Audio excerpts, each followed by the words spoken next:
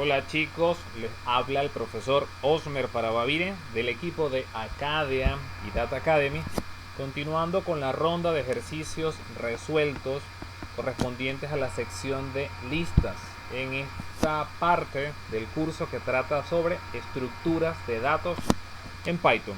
Vamos a nuestro editor de código para trabajar con el siguiente problema que nos toca abordar. El problema dice así: escriba un programa que solicite el ingreso de dos listas de números L y M del mismo tamaño. Con estas se conformará una nueva lista N, que será la suma de los elementos de L y M. Por ejemplo, si L es 3, 1 y 4 y M 1, 5 y 9, luego N será 4, 6 y 13 respectivamente. Para abordar el problema podemos descomponerlo en varias partes. La primera será el ingreso efectivamente de las listas que nos están solicitando.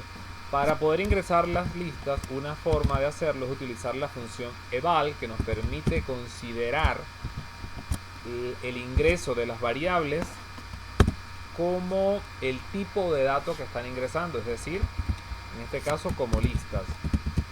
Podemos escribir ingrese una lista L, puntos, espacio. Utilizamos este mismo código, podemos copiar y pegar para utilizarlo, en este caso para solicitar el ingreso de la lista M. De esta manera podemos tener en estas dos líneas la solicitud de ingreso de las listas L y M. Lo siguiente que nos toca verificar o que podemos hacer es conocer la longitud de ambas listas. Para eso utilizamos la función len, que nos permite obtener la longitud de la lista M, y podemos definir una variable para obtener la longitud de la lista M. Esto son M, L y M mayúsculas. Una vez que tenemos las longitudes, nos toca comparar estas longitudes para verificar que efectivamente son del mismo tamaño. Sin embargo, antes de ello, vale la pena crear nuestra lista nueva, donde se acumularán la suma de los elementos correspondientes a ambas listas. Para verificar la condición, si la longitud de las listas son iguales, simplemente comparamos las longitudes que hemos calculado. La longitud de L, si efectivamente es igual a la longitud de M, si eso es así, podemos entonces realizar un ciclo for que de cada elemento, de cada ítem en el rango, en este caso de la longitud, o en el rango, como ya tenemos la longitud del elemento de cualquiera de los dos, de cualquiera de las dos listas, recuerden que esta condición se va a ejecutar si solo si sus longitudes o el tamaño de las listas son iguales. Entonces allí, cuando efectivamente la condición se cumple, se añade a la nueva lista. En este caso utilizamos el método append para añadir a la nueva lista la suma de los elementos de cada uno de los ítems.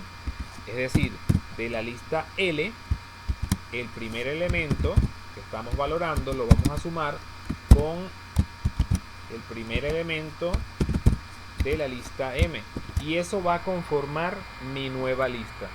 Finalmente, puedo solicitar que se presente en pantalla la lista resultante. Es decir, puedo colocar M, en este caso mi nueva lista,